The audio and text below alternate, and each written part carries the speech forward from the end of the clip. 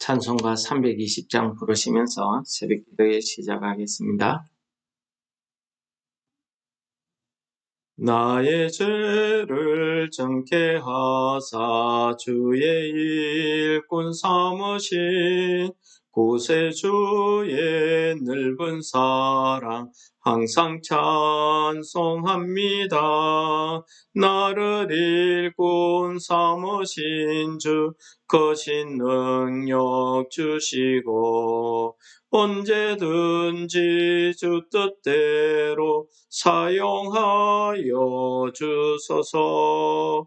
내게 부어 주시려고 은혜에 예비하신 주의 은혜 채워주사 능력 있게 하소서.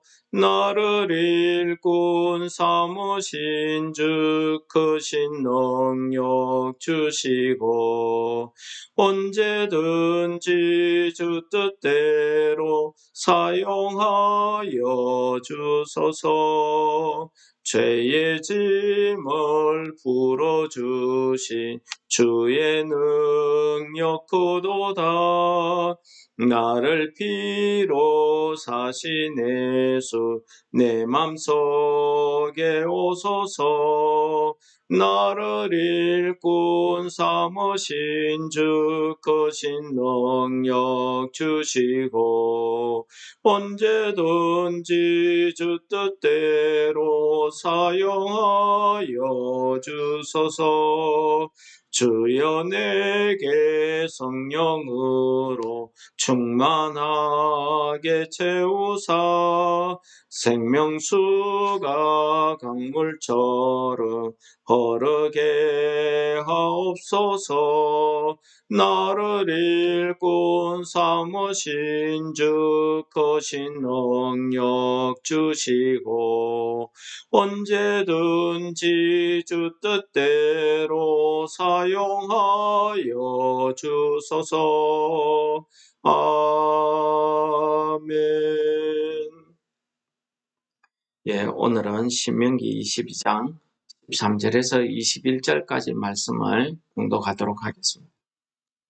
누구든지 아내를 맞이하여 그에게 들어간 후에 그를 미워하여 비방거리를 만들어 그에게 누명을 씌워 이르되 내가 이 여자를 맞이하였더니 그와 동침할 때에 그가 처녀임을 보지 못하였노라 하면 그 처녀의 부모가 그 처녀의 처녀인 표를 얻어가지고 그 성문 장로들에게로 가서 처녀의 아버지가 장로들에게 말하기를 내 딸을 이 사람에게 아내로 주었더니 그가 미워하여 비방거리를 만들어 말하기를 내가 내 딸에게서 처녀임을 보지 못하였노라 하나 보라 내 딸의 처녀의 표적이 이것이라 하고 그 부모가 그 자리옷을 그 성읍 장로들 앞에 펼 것이요 그 성읍 장로들은 그 사람을 잡아 때리고 이스라엘 처녀에게 누명을 씌움으로 말미암아 그에게서 은 100세겔을 벌금으로 받아 여자의 아버지에게 주고 그 여자는 그 남자가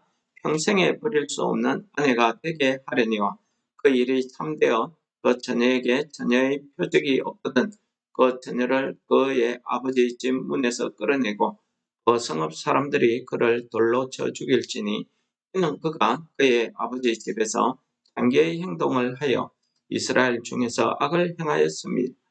너는 이와 같이 하여 너희 가운데서 악을 제할지니라. 아멘. 오늘 말씀은 하나님께서 이스라엘 백성들의 약속하신 땅에서 하나님의 백성들이 남자와 여자가 만나서 한 가정을 이루고 사는 그런 결혼 생활에 관련된 규례를 말씀하고 있습니다. 오늘 이 규례는 그 당시에 이스라엘 백성 외의 이방 민족들의 그 평균적인, 일반적인 결혼 생활의 개념하고는 조금 다른 그러한 차원이 되겠습니다. 일반적으로는 그 당시에는 일부 다처제가 흔했고 지금처럼 우리가 법적으로 결혼을 하고 이혼 정서를 주고 어떻고 이런 게 없었습니다. 그냥 만나고 결혼하고 이혼보다는 다른 여자를 또 취하고 그런 형태였죠. 그런데 하나님께서는 이스라엘 백성에게 분명하게 이렇게 결혼 생활에 대한 규칙을 정해주고 있습니다.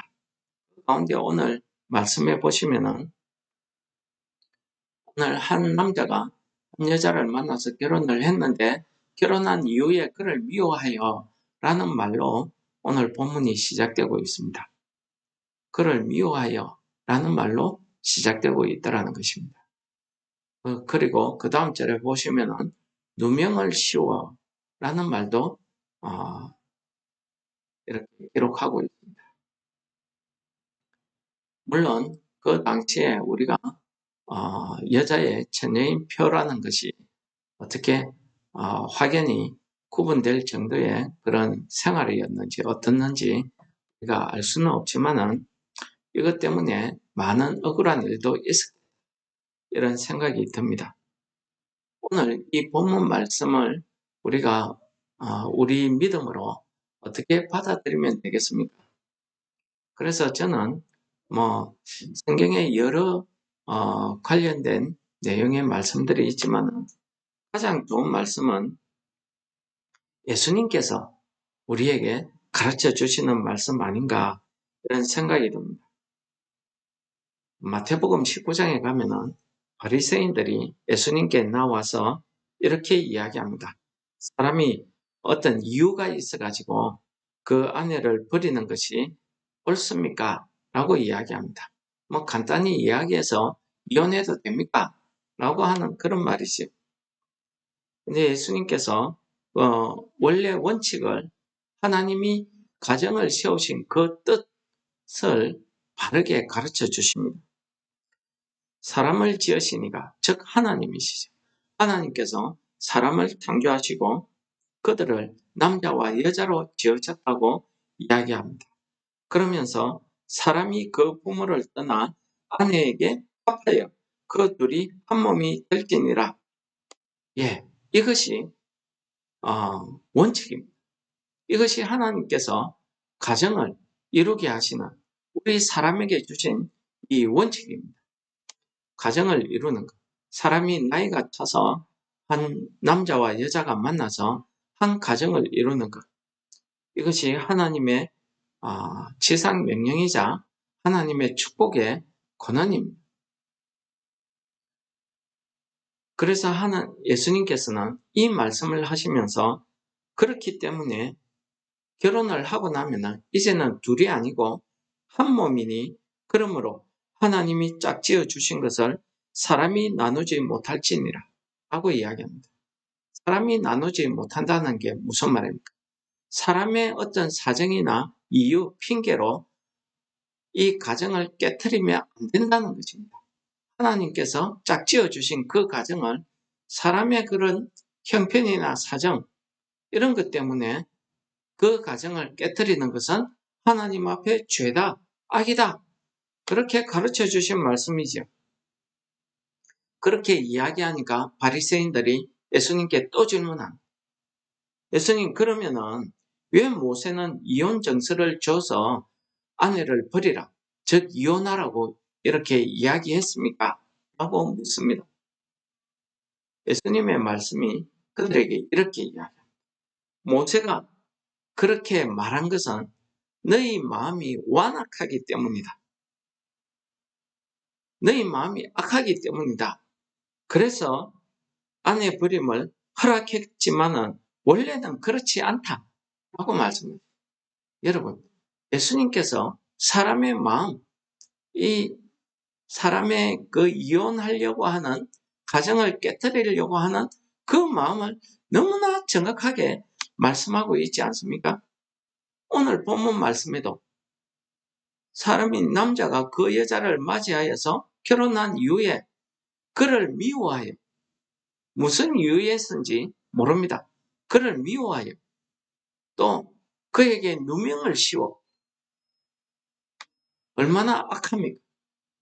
이 사람의 완악함을 예수님께서 바로 지적하십니다. 모세가 이혼 정서를 줘서 이혼하라고 한 것은 너희의 죄, 너희의 악함 때문에 어쩔 수 없이 이야기했지만은 원래는 이혼하면 안 된다. 이것이 하나님의 뜻이라는 것입니다. 그러면서 내가 너희에게 말하노니 누구든지 엄연한 이유 외에 아내를 버리고 다른 데 장가드는 자는 가늠합니다. 이렇게 이야기합니다. 여러분, 그렇습니다. 우리가 한 남자와 한 여자가 만나서 가정을 이룬 것은 이것은 우리가 지나가다가 서로 눈이 맞아서 되었건 되었건 뭐 누구는 악연이니 필연이니 인연이니 이렇게 이야기합니다. 그건 다 인간적인 입장에서 판단하고 이야기하는 것 아니겠습니까? 오늘 예수님의 말씀 들어보십시오. 남자와 여자가 둘이 만나서 한 몸이 되었다고 이야기합니다. 이건 한 가정을 이룬 것입니다. 이것은 사람이 깨트리지 못한다. 이것이 하나님의 원칙입니다. 그런데 사람이 악하기 때문에, 완악하기 때문에 그 가정을 깨트리도록 모세가 이혼 정서를 줘서 허락한 것. 그러나 본래는 그렇게 하면 안 된다. 이것이 예수님이 우리에게 가르쳐 주신 오늘 이 말씀을 우리가 묵상하면서 저는 이 본문의 시작을 읽으면서 참 사람이 악하기나 악하구나 그런 생각을 하게 되었습니다. 우리가 하나님으로부터 구원함을 받았는데 구원함을 받고 나면은 하나님처럼 우리가 정말 어렵고 거룩하게 될 줄 알았더니 우리 속에도 이러한 악함이 있더라는 것입니다. 그래서 날마다 주 앞에 나와서 우리의 죄를 회개하는 것 아니겠습니까? 우리의 죄 사함을 받아야 된다는 것을 가르쳐 주고 있습니다. 그러면서 오늘 말씀에 관련해서 그 뒤에 이야기가 재미있는 이야기가 있어서 덧붙이고 마치고자 합니다. 마태복음 19장에 예수님께서 그렇게 가르치고 나니까 제자들이 예수님께 이렇게 이야기합니다. 그러면은 사람이 아내에게 이렇게 악하게 하고 이렇게 나쁘게 할 것인데 그래서 하나님 앞에 죄를 짓게 될 것 같으면은 차라리 장가가지 않는 게, 결혼하지 않는 게 좋겠습니다. 라고 이야기합니다. 예수님께서 이렇게 말씀하십니다. 사람마다 이 말을 받지 못하고 오직 타고난 자라야 할지니라. 이 말을 받는다는 게 무슨 말이에요? 그 죄를 짓지 않기 위해서 결혼하지 않고 일평생 혼자 사는 것이 좋겠다라는 그 말을 믿음으로 받아서 그 말을 지킬 수 있는 사람이 있고 그렇지 못한 사람이 있다는 것입니다. 오직 타고난 자, 그러니까 하나님으로부터 택함을 받은 사람 외에는 못한다라고 이야기하고 있습니다. 우리 신약 성경의 대표적인 사람이 누굽니까? 바울입니다. 어머니 태로부터 고자된 자가 있고 사람이 만든 고자도 있고 천국을 위해서 스스로 고자된 자도 있도다. 이 말을 받을 만한 자는 받을지다. 그러시면서 예수님께서 세 가지 경우를 이야기합니다. 여기 고자가 되었다는 것은 결혼하지 않았다는 그런 말이죠. 결혼하지 않고 혼자 살겠다는 것입니다. 그러니까 어머니 뱃속에서부터 고자된 자. 무엇입니까? 신체적으로 문제가 있거나 정신적으로 문제가 있어서 결혼 생활을 처음부터 하지 못하는 사람을 이야기합니다. 이거는 어쩔 수 없는 것을 이야기하죠. 그 다음에 사람이 만든 고자가 있다고 합니다. 그러니까 사람이 자기 스스로 결심한 바가 있거나 혹은 자기가 하나님 앞에 믿음으로 내가 하나님을 위해서 일을 하기 위해서 내가 결혼하지 않겠다라고 하는 것. 그러니까 우리 가톨릭 신부들이 그런 셈인데 요즘 가톨릭 신부들은 그렇지 않다고 합니다. 가톨릭 신부들이 수녀들이 그렇게 작정하는 것은 사람이 만든 고자지. 내가 지금부터 일평생 예수님을 나의 신랑으로 맞이해서 하나님의 일에 내가 평생을 바치겠다 하는 것 아니겠습니까? 천국을 위해서 스스로 고자된 자가 있다. 아마 바울 사도 같은 경우가 이런 경우 같습니다. 그렇습니다. 내가 죄를 짓기보다는 차라리 내가 처음부터 하나님의 말씀, 하나님의 뜻대로 살겠다 라고 스스로 결심하고 결혼하지 않는 경우도 있다는 것을 이야기하고 있습니다. 그러면서 이 말을 받을 만한 자는 받을지니라. 여러분들은 어떻습니까? 이런 경우는 정말 예외적인 경우고, 하나님께서 사람을 창조하시고 남자와 여자를 만드시고 이 사람에게 생육하고 번성을 다스리라, 이런 하나님의 그 5가지 복을 주셨는데, 우리가 이렇게 스스로 고자되는 것, 결혼 생활을 하지 않고 혼자 사는 것, 여러분 어떻게 생각하십니까? 저는 기본적으로 하나님 뜻에 따라서 결혼하는 것, 둘이 한 몸이 되는 것, 본래가 이것이 원칙이라고 하는 예수님의 말씀에 우리가 따르는 것이야말로 하나님 앞에 정말 거룩한 삶을 사는 것이라 생각이 됩니다. 물론 예수님께서 말씀하신 것처럼 이런 3가지 경우가 있을 수 있습니다. 그래서 어쩔 수 없이 자기 혼자 사는 경우도 있겠죠. 그러나 우리가 하나님이 세워주신 그 가정, 그 복된 가정을 지키고 이루어가는 것이야말로 우리에게 주신 큰 복이고 하나님의 영광을 드러내는 올바른 믿음 생활 아니겠습니까? 그런데 우리의 그 악함 때문에 요즘은 이혼이 흔해졌습니다만은, 할 수 있으면은 우리가 하나님 앞에 이 믿음을 지킨다고 하면은 하나님이 하나님이 세우신 가정을 우리가 지킬 수 있도록 노력하는 것, 이것은 스스로 천국을 위해서 고자되는 것보다 훨씬 귀한 믿음의 모습이라고 말씀드릴 수가 있겠습니다. 오늘도 우리에게 주신 이 가정을 감사히 생각하시면서 정말 하나님 앞에 할 수 있는 그런 한 날 되시기를 축원합니다. 사랑의 하나님 아버지, 감사합니다.